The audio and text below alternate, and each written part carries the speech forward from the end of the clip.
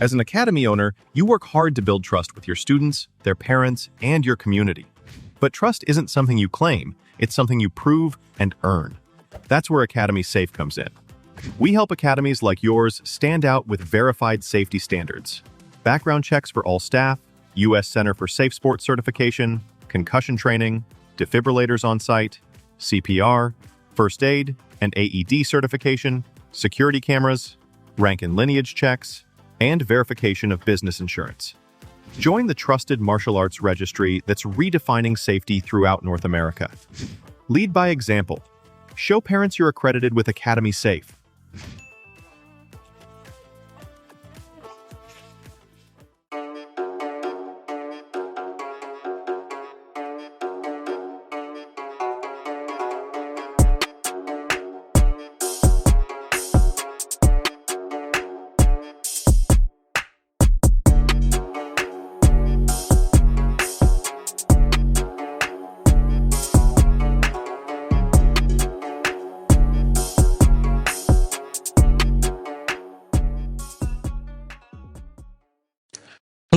Hello, and welcome to My Empty Hands, a podcast about the martial arts, typically focused on Kempo, but we give love to all the martial arts around here. As always, I am Reggie Darden, and I have another wonderful guest with me today, Mr. Ice Young, and we're going to get into his journey and whatever other topics that we fall upon. We'll do that as well.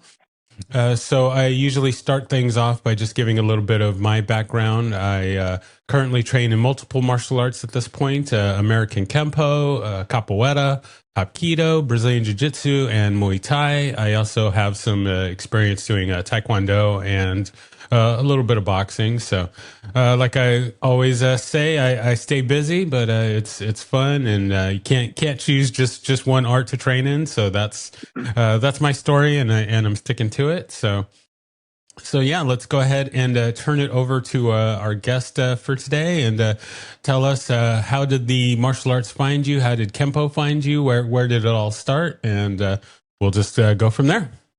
All right. Well, first off, thanks for having me on. I appreciate the invite.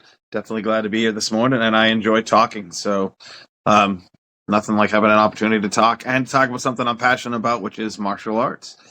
And my history is interesting. Right now, I'm currently training in Muay Thai, kickboxing, keeping up with my Hapkido, and then I also teach my version of Kempo. We'll call it my version of Kempo.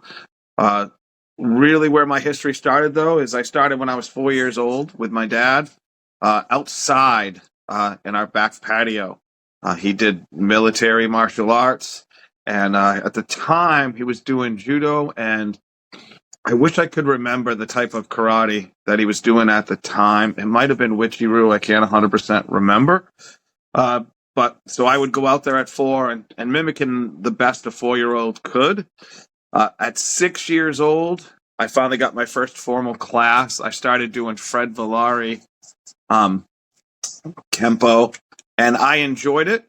And when I hit 7, the teacher actually was unable to teach, and they brought in a new teacher who was an American Kempo guy, but they needed an instructor. And he let us know, what you're learning from me for the small time I'm here, is not what you're used to. And he ended up being there for about 2 years. So I spent my first 2 years of American Kempo in a Fred Villari Kempo school.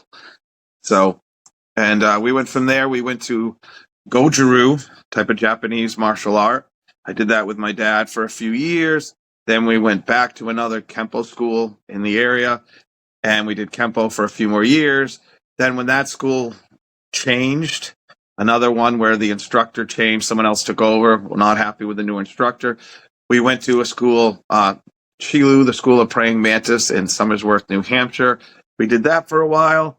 That instructor stopped teaching and passed it down to a student, same deal.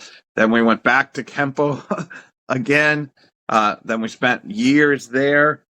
Then we went on to eventually to Wing Chun, Hapkido for years, Japanese Jiu-Jitsu, small circle Jiu-Jitsu. I got my black belt in Iaido, art of the quick drawing sword. I spent years doing that. So I spent a lot of time in the different arts. I started fighting about 14. I did full contact karate, which full time contact karate, from what I've seen, is not like it was when I was a kid. We were punching each other in the face pretty darn hard. It seems nowadays it's more of tag, even with the continuous. But I was 14 when I was coming home with the black eyes and stuff like that. I moved into what was called No Holds Barred. At 53, we weren't calling it MMA. We called it NHB. I worked with a few of those organizations. Some of those fights were fun. They were one-offs where they just give invites to schools. So I ended up, my total fights, 19-2 for records that I only count my fights that had an audience where people came. If it was a dojo or a smoker, I don't really count it. I've done one MMA fight in 2006, and I did a cage kickboxing fight last year in August, and this year, July 18th, I have a Sanda fight coming up, and I always enjoy bringing my my Kempo. Even when I'm doing kickboxing, I fight like a Kempo guy. In fact, my last competition that I fought at, not a more of a tournament type of thing, so I don't put that into my record. But the guy at the end comes over and says, "You have a Kempo background, don't you?" So I love the fact that even with a set of gloves on and some shin guards, there's someone who sees the Kempo in it. So I always tell my students our Kempo is battle tested, is the phrase I like to use. Very nice, very nice. Yeah, there's a, a lot to unpack here, but we'll kind of go through it as my brain tries to process it all.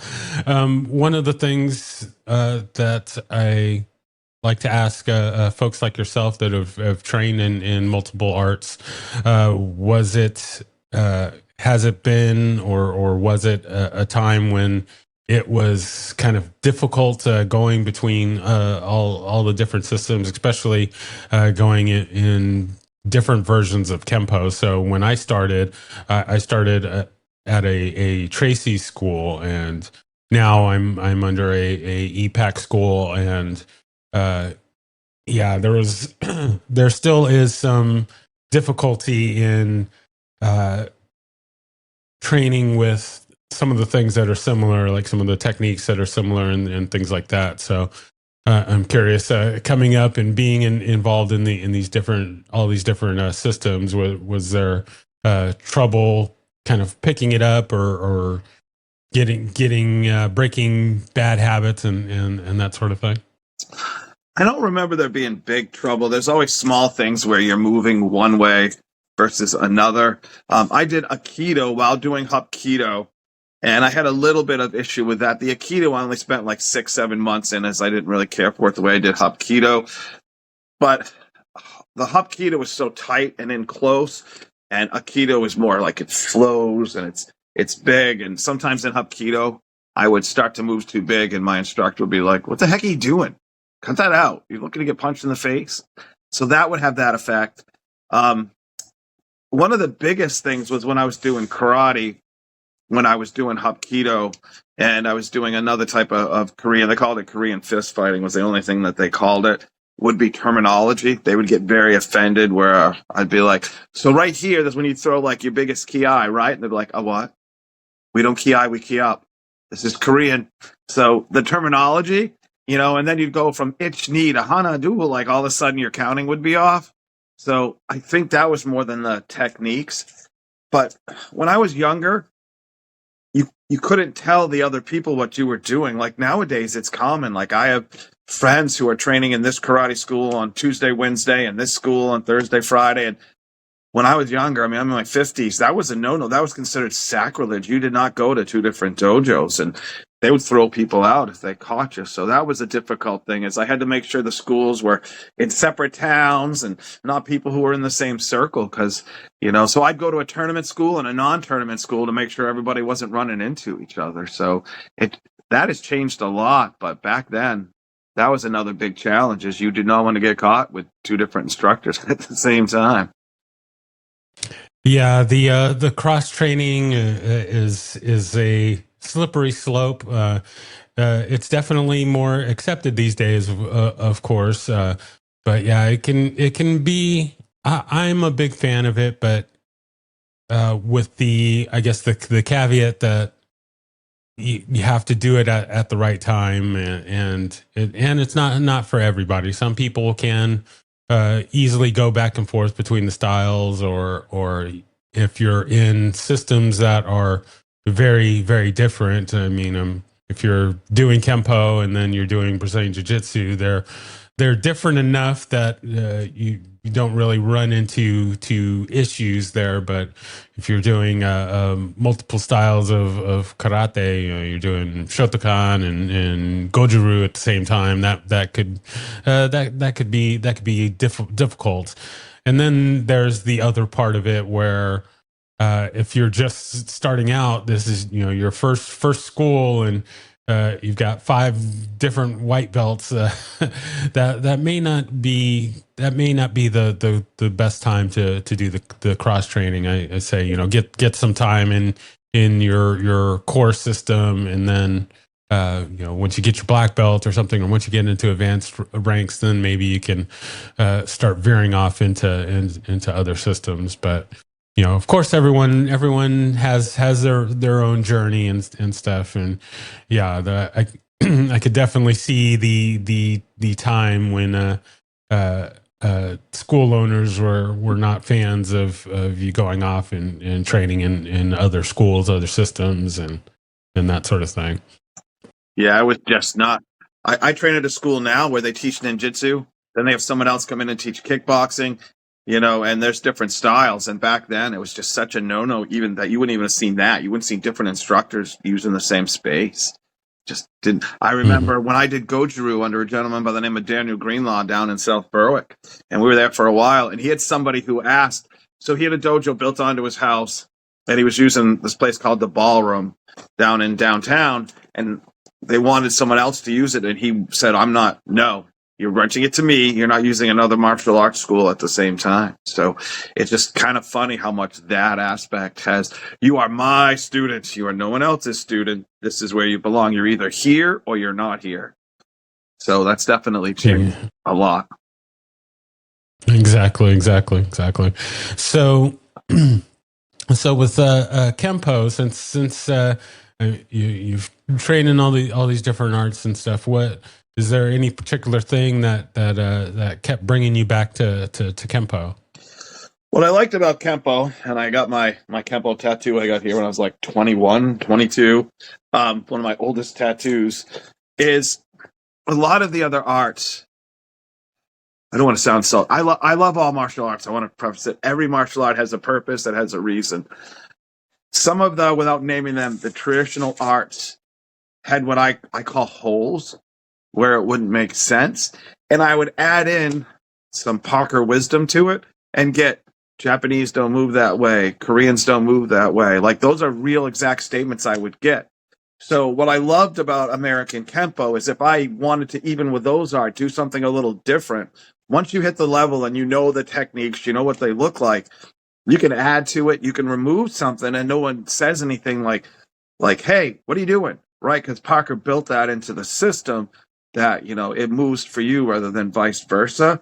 So I love the fact that I could, especially the more you train, you pick up new things, you know your own body. When you're first learning, you got to just be that mimic guy and do everything, exactly how it's done. And when you finally figure out there's ways that are better for you, it's frustrating to be in a system where you want to change something or move something. Now, you're doing a kata. Kata's our tradition. They're meant to pass around. But even practicing like techniques, doing one step, we had something called 2-level sparring. You couldn't do something that they felt wasn't part of the system. I remember one school I was in, which I won't say, that was down in Portsmouth, New Hampshire. I won a couple of matches doing a move that wasn't part of his system, and he wouldn't count I'm like, the guy's down. He's like, we don't have those. So that would always be interesting. Kempo, it didn't matter if it worked, if it made sense, if it had the scientific principles that Kempo has, the science behind it, it was fine. And that's what brought me back to Kempo. There was more free thinking. There was more openness. There was no more encouragement of you bringing you into the system. Exactly. Yeah, that's definitely one of the things that I love about Kempo is that uh, it does continually evolve and change, and it makes a great base for connecting with other systems. And uh, I know I find myself in my training is that I try and use the Kempo principles and the Kempo concepts within whatever I'm doing. If I'm doing Brazilian Jiu Jitsu, I'm trying to manipulate the height, width, depth, and that sort of things. Or if I'm doing an Hapkido technique, I try and see where I can apply those principles of movement and motion to help increase and make those techniques a bit better, a bit stronger, make a bit more sense. And yeah, with the training, just holding on to traditions for tradition's sake is doesn't make a lot of sense. I know I've said this with other guests. It's like it's fine to train with a sword and that sort of thing, but for the most part, probably not going to encounter somebody with a sword or encounter somebody while you're carrying a sword. So Even if I did, I would run. you As know, long as I've trained in a sword, if you have a sword, I'm still running. I'm not even going to give that a try. So exactly. So, yeah, probably don't need, definitely let's not lose those techniques and those skills, but maybe we don't need to put so much emphasis on that versus defense against a straight punch or something. So, that's always fun. So. So let's talk about the competition side of your training. When did you start getting involved with that, and was that something that you were just always interested in, or? yeah, I always wanted to do it. My father, he passed away 3-4 years ago, and that's been tough as martial arts was something he passed on to me. In fact, the reason I came out of retirement to start fighting was a promise I made to him. That's how I ended up back in the cage last year. But recently, I got a shed full of stuff. I have a rental space, and I actually found some of my early medals and trophies from my tournaments when I was like 12, 13, books. So I always wonder, was I 11? Was I 12? These have dates on them, which is kind of nice, so I can remember when I started. And I always wanted to do tournaments because my father was doing them, but there was a strict age that I can't remember at the time if it was AAU, if it was him, but he was like, you got to get to 12, you got to be 12, you got to be 12. So when I was 12, I finally did my first tournament. And I really liked doing the tournaments. It was a lot of fun. And that's why it was good to have, we had different backgrounds by then. I find that Kempo forms don't do well in tournaments and that Kempo moves do well in freestyle fighting. So I think people don't understand it, but they can understand someone just got hit in the head. And I think that's my philosophy as to why those two don't work. Although long form 8 is a great tournament style weapon ones. But so I just always wanted to be in tournaments because my dad always did tournaments. So I just really enjoyed it. Some of the schools we went to, the Qilu school was known for being a tournament school. They always did their tournaments. But I would always turn a lot back to my Kempo background because I think it just lends well, not so much to point fighting, but what we did back then, the continuous fighting. Because in Kempo, you're continuously fighting. That's really what it, boom, boom, boom, boom. So it just lent well to that. I used to have issues with excessive force and control. But there were two things I always wanted to either be a famous musician or a movie, martial arts movie guy. Those were my things I wanted to do. So my passion was in those two things. In fact, my band used to get mad because I was always off on a competition or training in karate, and they were there all day, and I'd show up for the last hour and a half. So I don't remember ever not wanting to do something that had to do with martial arts, whether it was tournaments, exhibitions, demos, whatever I could be a part of, I was a part of. When I wasn't doing that, I was watching the movies. I was practicing in the backyard. I was reading books. I've been reading martial arts books since, I was like 5. I still read. I have this one by Michael Miller, which is a great Kempo book for anybody who's a Kempo. So I was reading, watching the movies, doing the tournaments. So there was never a no. I remember as a kid doing ninja camp at like 7 or 8 years old. It's always been a passion. It's never not been. Now, depending how busy I am, what's going on in my life, there's been times where it's not the center where I'm doing it 8 days a week, so to speak. There's times when I get my 2-3 days in and that's it. And then I go through years where it's 7 days a week. So, but it's never not been a passion. I always wanted to do tournaments. I always wanted to be involved. And even as the teenage years kept going on, it kept me and my father together. We'd fight and we'd argue, but there was a great new karate movie. I got a chance to talk to Jeff Speakman, and I was telling him, I'd gotten someone pregnant. I had all this stuff. My father was angry. I'd moved out of the house. We weren't talking, and he's like, "You see the advertisement for that new movie, The Perfect Weapon?" I'm like, "Yeah." He goes, "We need to see that." And that rift was done from that martial arts and that movie. So I've always wanted to, whether it's tournament fighting, whatever. It's just always been a passion. There was never a time where I can go back and say, "Oh, that's when that kicked in." It just seems like it's just always been there. Very nice, very nice. I can definitely relate on one aspect that you're talking about with the tournament. I was in about a handful of tournaments myself, and I believe I got disqualified in every one for face contact, head contact, because in the school we're just used to the groin kicks and the face contact and the head contact, and then you go out into these open tournaments, and then they have different rules and what's allowed and not, and just that training of what I was used to, and the muscle memory and stuff that would kick in, and Sure. I'd go for my little back fist or something, and yeah, it's like you're not supposed to hit him in the face, and I even back then I would always kind of scratch my head in that.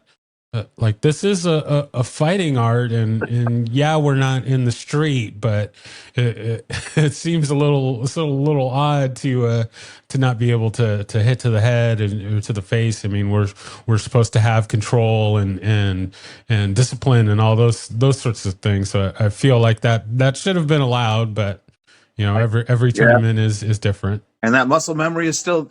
I still have that issue now when it comes to those targets that are off limits. I'm training for my fight, and we have sparring days. And the other day, I'm training with my coach, and he's like, "I got a meeting, so we're gonna hit, but no hits to the face."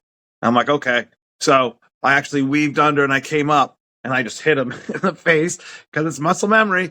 And I apologize. I'm right away. I'm like, I'm sorry. He goes, "It's fine. I'm not bitter." And then he just punched me in the face to show me he really was bitter. But it's that muscle. It's. No, you're fine. I said it's fine. But it's just that muscle memory. You're used to doing one thing after another. So that's hard with those tournaments where they have. I did one last year where there were no hits to the face, and I didn't get disqualified, but I got warned a few times because there's a lot of techniques that I have in the style I teach. I call it Kuhapte Kempo because there's a lot of the hop for Hapkido, obviously. And we have a lot of moves where we come down and we come up. There's a lot of it there. So it's just, you can't hit here, and we have a lot of. So it's still kind of, it's hard to adjust for a set of rules when you don't train with those rules. Exactly. Yeah. So let's talk about a little bit about your system. So I'm going to assume it's a Kempo base with the some of the other arts that you've trained mixed in, and kind of like how is the breakdown of that, or so I call it American Kuhapte Kempo. It wasn't fair to call it American Kempo because there was so much different, but there's so much that's the same. So American Kuhapte Kempo, for a while I called it Kuhapte, and then other people would see it who are Kempo guys, and people would go like, but it's Kempo. I'm like, that's true. So I just kind of put them both together.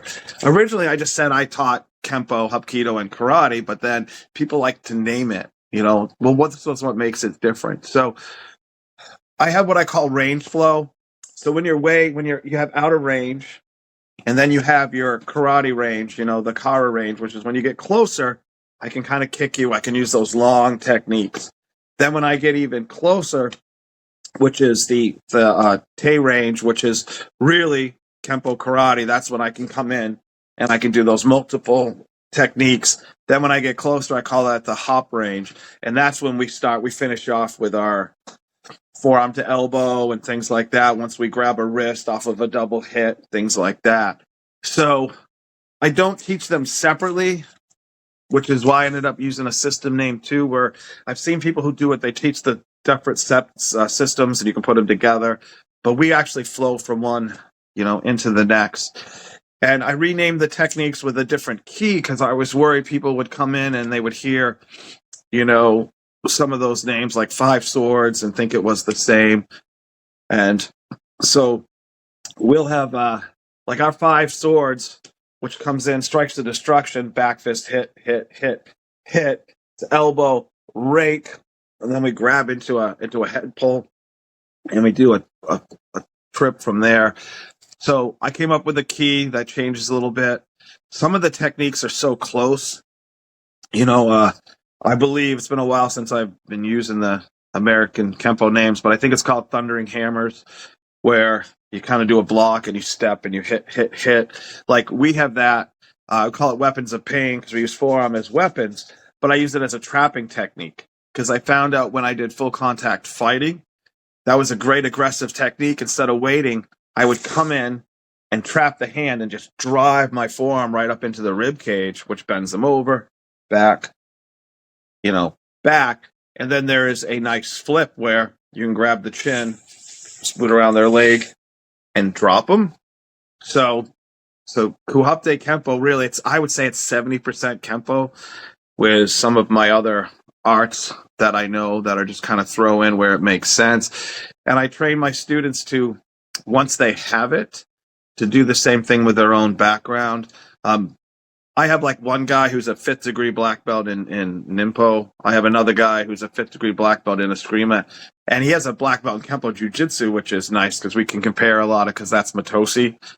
So there's a lot of similarities there. And the system is it's very Kempo. Everyone who sees it, it's still a lot of hit. But then there'll be a grab type of thing that ends up going into your flow. So, but it's really all Kempo based. It has the same science principles. I always say commit to overcommitting. One of Mr. Parker's favorite sayings, or one I heard a lot, was always, I'm not teaching you to be, it's not overkill. I'm teaching you to be overskilled. We have a lot of that. What I actually call and tell my students is I say, obstruct, overwhelm, overcome. And it's those same Kempo principles. You come in, you stop the technique, kind of come in with a little machine gun action there, right? And that's when you can kind of take them out from that point. So it's every technique, everything looks like Kempo. I do have what I call the Hapkido ladder, where my students, before they get to the beginning, it's all just striking. There's no fells in the beginning, just the Hapkido ladder, where you have 2 wrist grabs that, the basic ones where you come in, you grab the meat of the hand, you turn it, and then we go all the way up the arm. Those types of things, which probably look familiar to you, having Hapkido, all those. So then it blends later. So it kind of in the beginning is a little separate, and then it just kind of goes together. And I enjoy training beginners. I've really enjoyed. I have a lot of black belts. I was working with a 9th degree Taekwondo black belt, and that was fun because I could show him what I would do, but he would show me a lot of his stuff that he was doing. So it was a great trade there.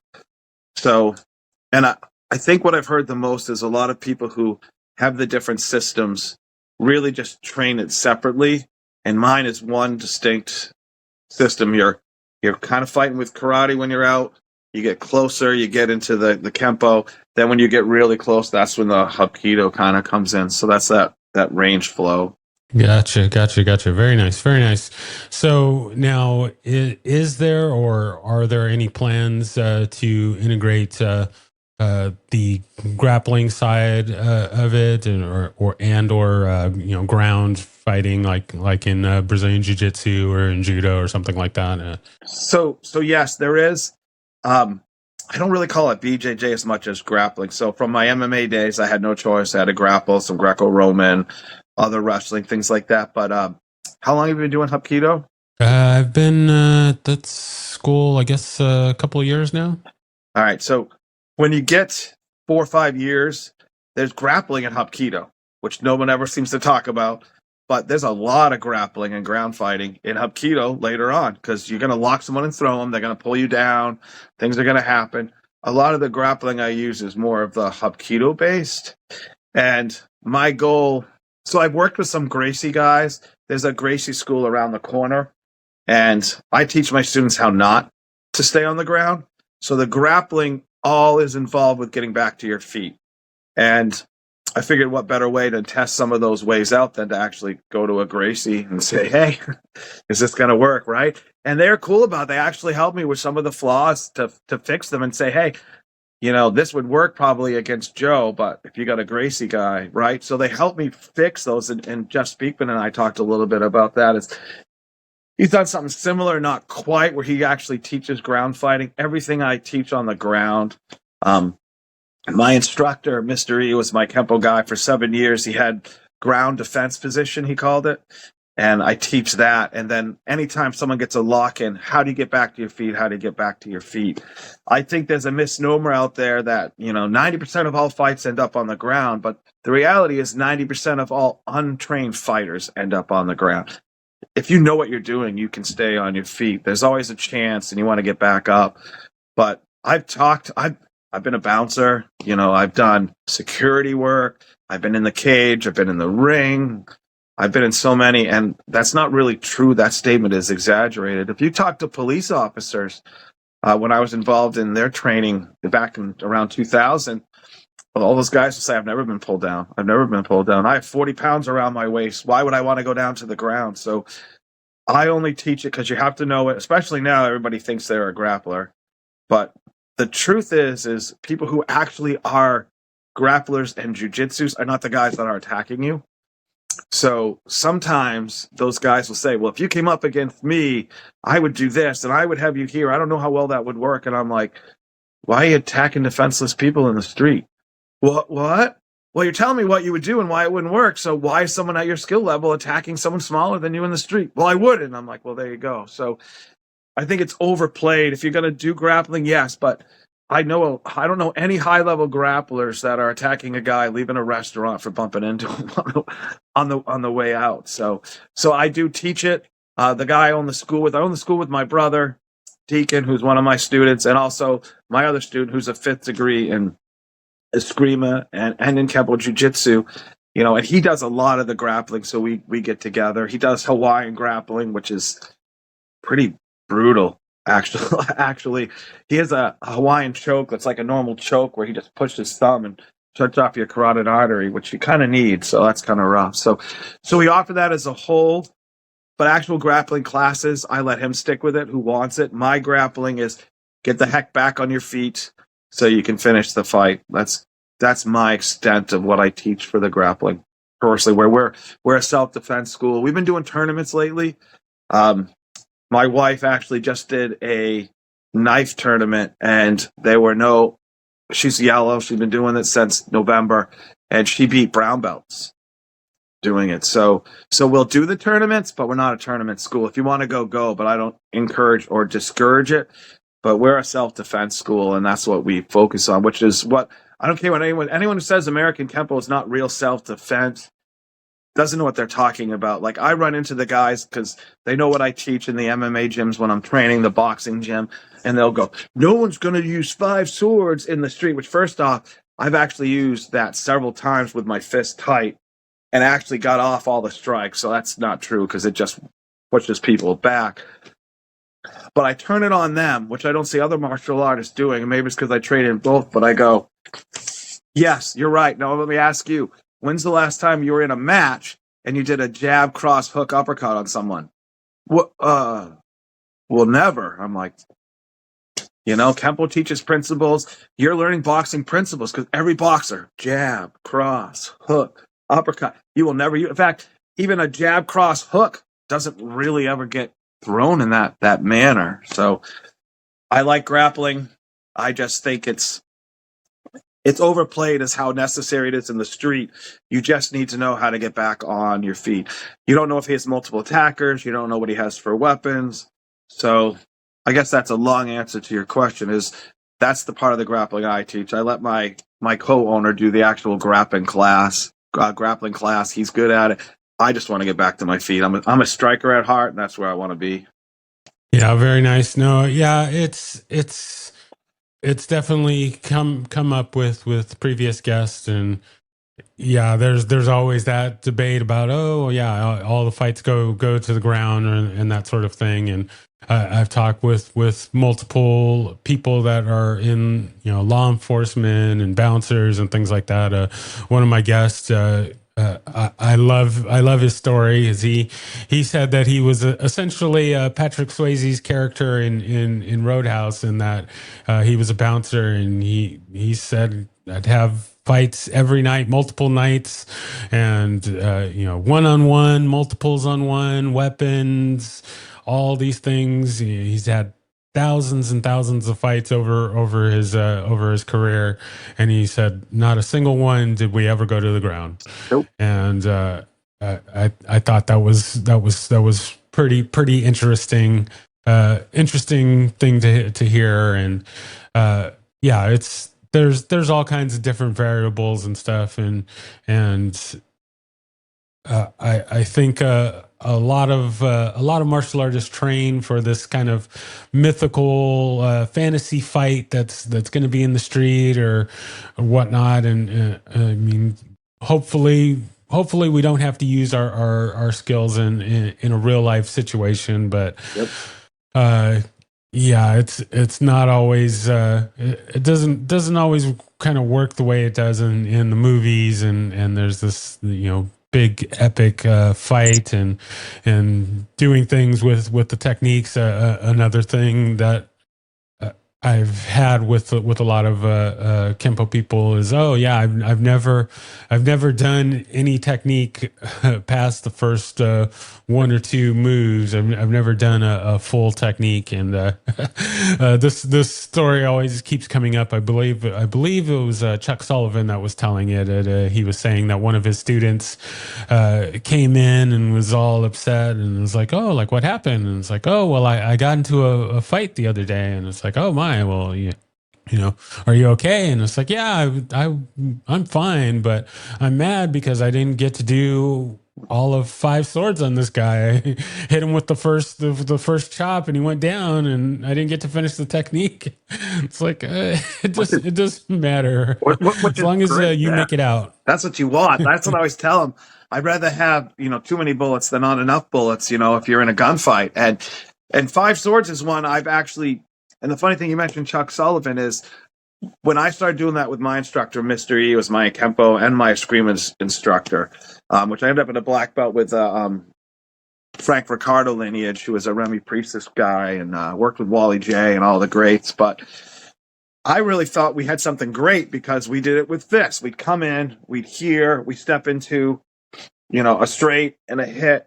And I keep techniques offline because I don't care how good you are. I have a buddy who... he is amazing. Him and his partner. I mean, they are very good. And they'll put up a video demonstrating, and there'll be some idiot underneath it going, that would never work in the cage. That would never. Now, I've sparred with these guys. These guys are tough guys. So I keep my techniques offline. Well, one got online recently, and people saw what I was doing with 5 swords, and my ego got a little bit better, and they were like, oh, this is great. This is genius. That's a great way to take this technique. And some guy messages me and go, hey, here's Chuck Sullivan teaching Fists of Fury in 1991 or whatever they called it. And I'm like, damn it.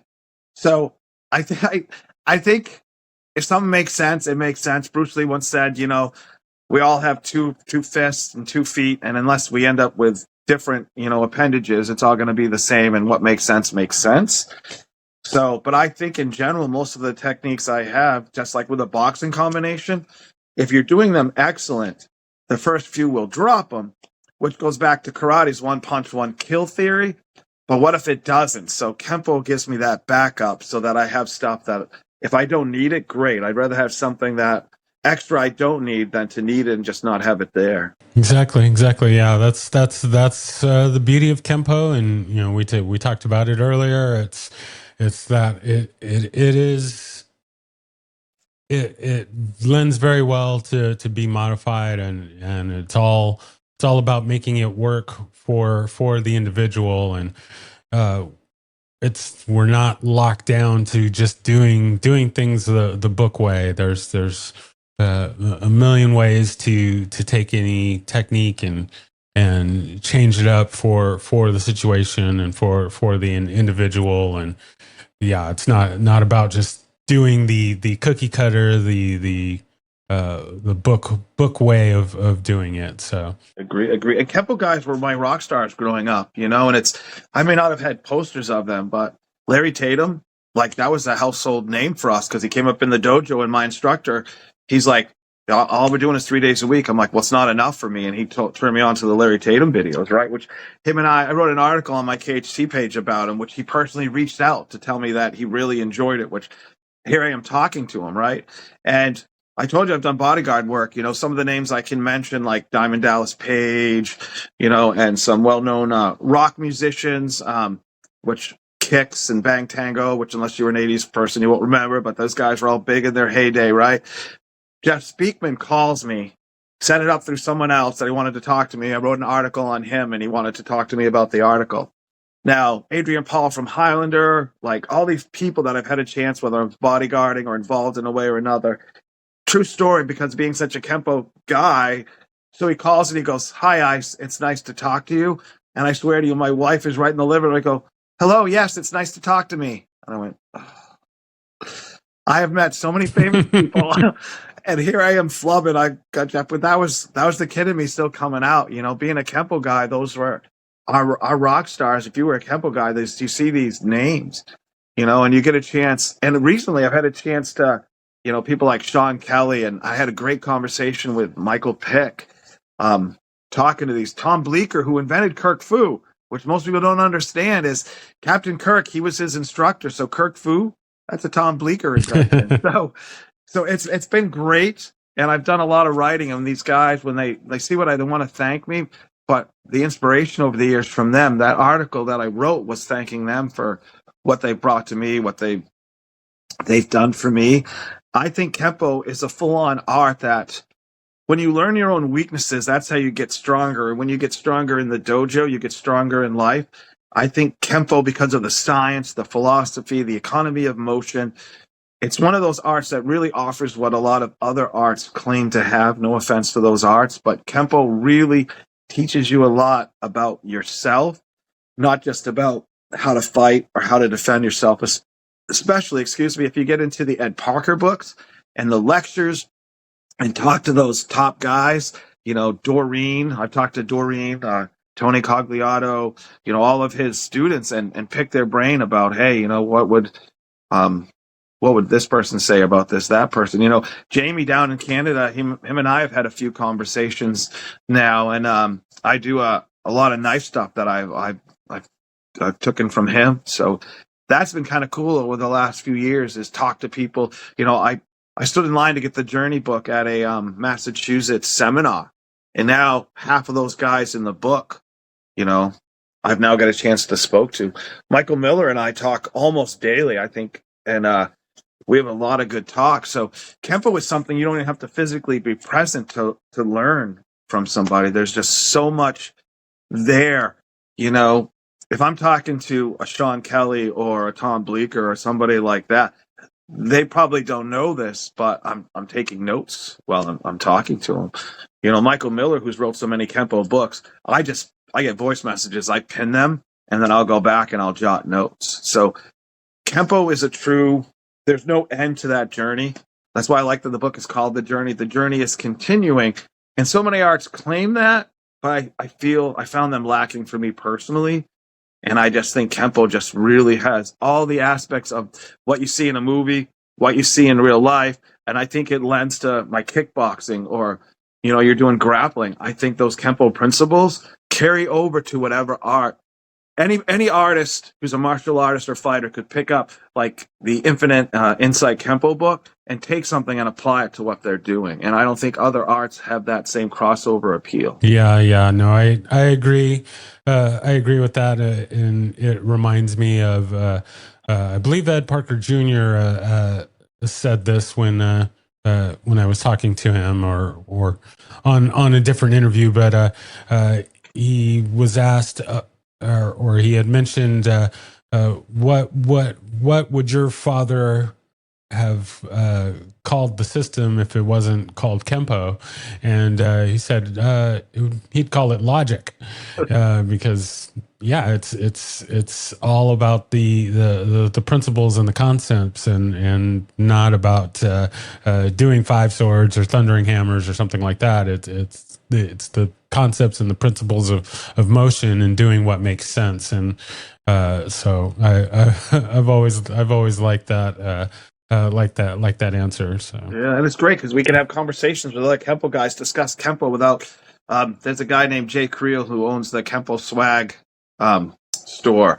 I got Kempo Life bag from him and stuff like that recently, and him and I will talk just philosophy, right? So we're talking about Kempo. We're not talking about punches. We're not talking about kicks. We are, but we aren't at the same point. And that's something that other arts don't have is. And that term logic, obviously, that's really good. I like that because that's what you have. What would you do in a scenario? You're kind of discussing it without putting it that way. I've had some great conversations and some videos from Larry Kungaika that have been very helpful. And the video might be 45 seconds, but it's that 5-minute explanation with the video and variables where it comes from. And I think it's fair to say Kempo is definitely a thinking man's art. Exactly. All right. So looking at time here, I want to get to one other item before we get to our lightning round here. So something that I've been asking my guests is their thoughts around being a black belt, earning a black belt, since there isn't any kind of standard for black belts as far as how long it should take or what the requirements are. I just kind of want to get kind of a triangulation of ideas on what it means to be a black belt, what it means to earn a black belt, what it means to remain a black belt, and just kind of your just kind of thoughts and perspective on what a black belt means to you. So to me, a black belt means, everything. I remember my first black belt test, and I remember every black belt test in the other arts that I've gotten. My wife started her journey being on yellow, and she talks a lot, picks my brain about martial arts, and we were talking about this, what is a black belt, right? So I hear the whole, well, it's not this, and this system is this, it's so different. Well, different colleges have different requirements. So people try to take away from that because of that makes no sense. A black belt in your art should mean you are extremely proficient in your art. It should mean that you can go out and use your art. And it also should mean that you can describe your art, that you can stand up for your art, that if you had to go to court for your art, you can stand up and explain exactly what your art is in a court of law. If you're really a black belt, you should have the physical skills, mental skills, and emotional skills that backs up why and what you do. And that's important. A lot of people have the what without the why, and you need to have both. So that would be, in a nutshell, what a black belt should say, as far as I'm concerned. Once you've earned that, once you've got something no one can take away, even if that school's like, I don't like this person, I'm not going to honor their black belt, which I've seen happen. Well, you can't take away what they've had. So as long as you're at that physical, mental, and emotional level, and you can stand up and know your art, have the what and the whys and all that, then that's a black belt, someone who can give you all those aspects, because it's not the end of your journey, it's the start. And the continuing, you have to be continuing, or you're still a black belt, but it's more like you were a black belt. If I go in and I'm having surgery and my doctor goes, oh, I did hundreds of these, it's been like 15 years, but I'm sure I'm good, I'll be like, next. So you got to keep going. You got to keep continuing. If you really want to be a black belt, not someone who was a black belt, you got to keep going on that journey. Oh yeah, exactly. Yeah, I still spoke to Larry Tatum recently, and yeah, he told a story of someone that went to him asking for a promotion, and Mr. Tatum asked him like what have you been doing? Oh well, I went to a couple of seminars a few years ago, and it's like, are you running a school? No, I'm not running a school. I'm just but I've just been, I've been this rank for X amount of years, and Mr. Tatum was like, no, I'm not going to promote you just for being alive. Like you gotta you gotta put in the work. You gotta do the work. You should be teaching. You should be promoting the art. You should be doing the work, and that's how you get the promotions. That's how you remain worthy of that rank is by doing the work. So yeah, I am with you 100% on that. Very nice. All right, so we are going to move into our lightning round here, as I like to call it. So I've got a few little questions for you as we head towards wrapping up here. So the first question being, do you have a favorite technique?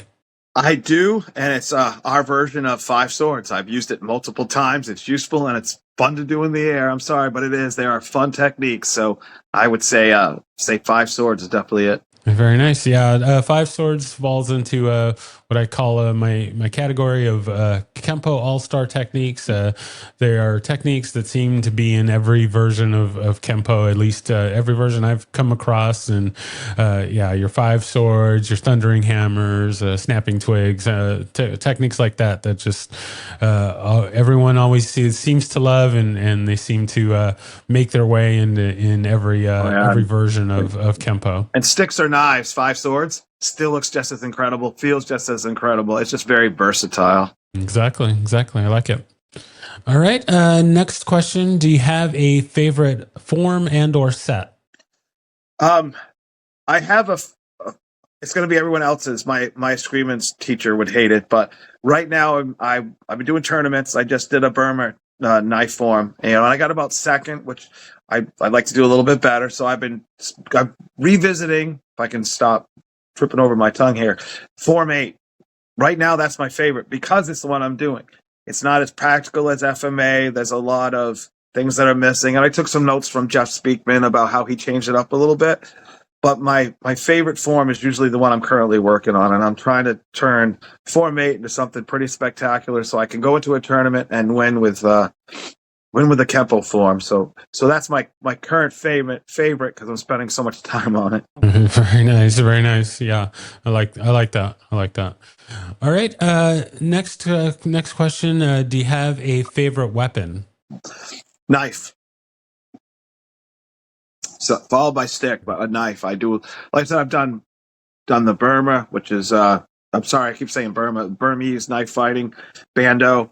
I do a lot of Filipino. I have a black belt in Eskrima. My co-owner is an Eskrima black belt. I learned from his dad, so we all school together. So knife is versatile. It's useful, and you can put a stick in your hand and do the same techniques, which there are sticks everywhere, make it less deadly. So I really enjoy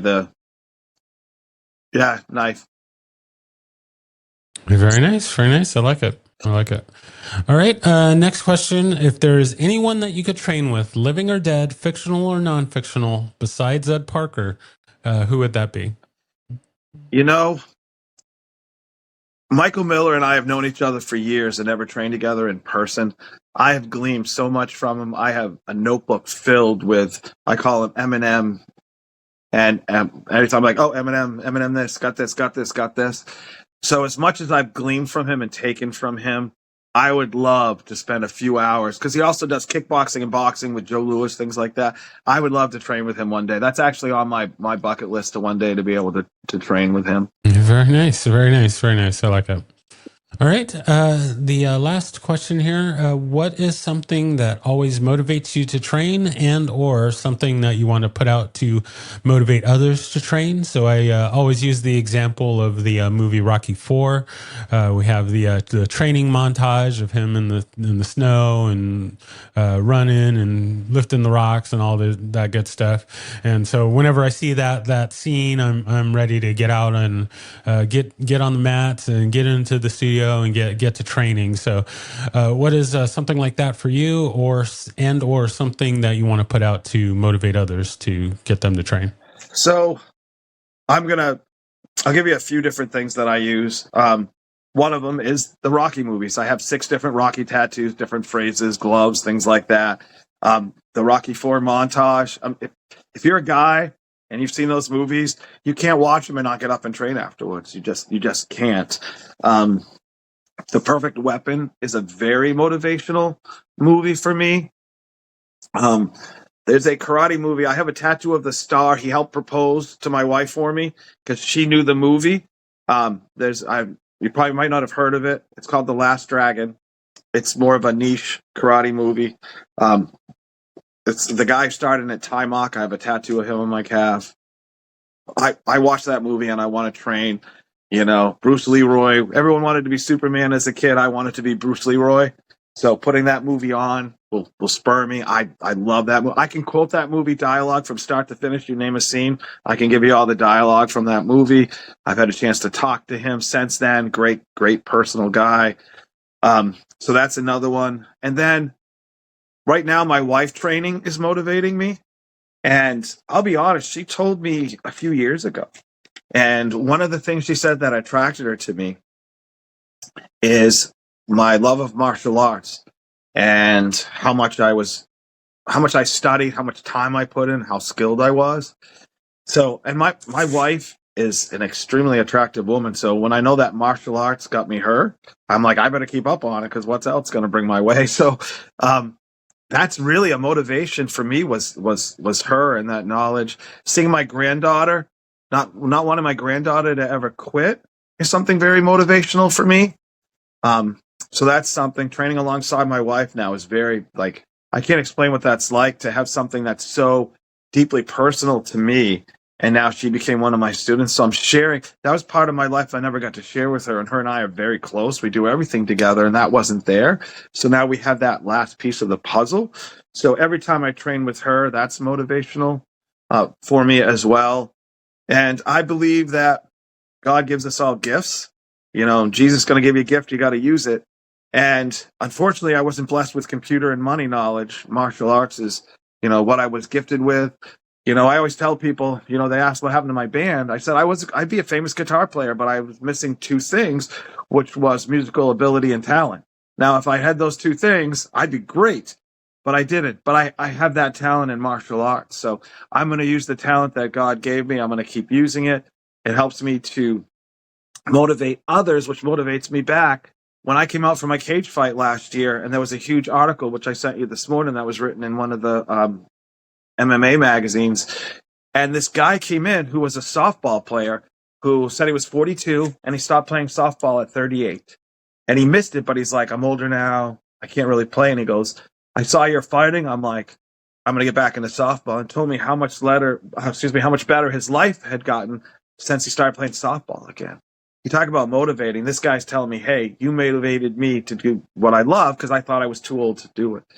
So if I can motivate someone else, that motivates me right back to keep going. And I find that to be a form of motivation. So if you love something, go out and tell someone you love it. They don't have to be a martial artist. Everyone's like, well, they're not a martial artist. You don't have to get into techniques, but talk about what you love. You'll be surprised how much that can motivate someone else. And when they're motivated, it just motivates you right back. Excellent. Yes, very, very well said. I like that. All right, so we are now at our final piece of business for today, and that is the shameless self-promotion. So you can plug anything that you want, or if there's anything that we haven't covered that you wanted to make sure to say, you now have the floor, and then we will close out from there. All right, so if you want to follow me online, KHT Combatives is my page. I have my ICE HCMMC, which is HCMMC is my club, so it's ice-HCMC Young. Go ahead and follow me on there. I put a lot of stuff going up. I have my fight July 18th. I'm fighting Sanda for the first time ever, which is like kickboxing with throws and sweeps. So it's a little bit different. It'll be interesting. You can't rest in the clinch this time. So I've been putting a lot of some still pictures and some fight stuff. My coaches don't want me putting moving video up till after the fight, so that'll come later. So I'm looking forward to that fight. That should be a really enjoyable fight. So just come and follow me. And I do want to thank my coaches, my Muay Thai coaches, Coach Dustin CD, Ruker, and Andrew Goodine, named after Never Back Down, because he's a lot like the coach in that movie. My coach Ninja, Zach Labby, who is the ninjutsu, who also fought himself, American top team, who's been with me. And my brother Deacon, who's so supportive. And Aaron, who's my co-owner, who's supportive. So Deacon, me, and Aaron, we have the dojo together. My wife, who's so supportive. A lot of guys that I know who fight, who are in their 30s, have no support from their wife. My wife supports me 100%. So my daughter, who moved close by next year. My granddaughter, who I see often. You know, I just want to talk about how much I enter the cage alone. I enter the ring alone. But I didn't get there alone. So all of these people, the trainers, the friends who support me, I just want to shout out to them, to thank them for putting all the work into me, believing in me, being there beside me, and obviously to Jesus Christ, who through all things who gives me strength. I can get it done. So if you want to know anything about me, I'm a fighter, but first off, I'm a Christian, and I'm a husband, and a dad, and family, and friends. And loyalty mean everything to me. So, and I believe that if you get into the arts and you're not in it yet and you're just starting, you'll be surprised at the new friends and family you have halfway into your journey in the arts, because there'll be people you'll meet there that you would not have found anywhere else. Exactly. Very nice. All right. So yes, I thank you so much for taking the time to be on and sharing your story. And as it is with pretty much all of my guests, there's so many items that we want to get into, but we can't have a 15-hour show. So we'll definitely have to have you back on to get into more topics and stuff down the road. And we'll certainly be following your progress and how things are going, and we'll check back in with you in the future. But once again, just can't thank you enough for being on, and I look forward to getting to share your story with others, and we'll just keep the journey going together. So thank you.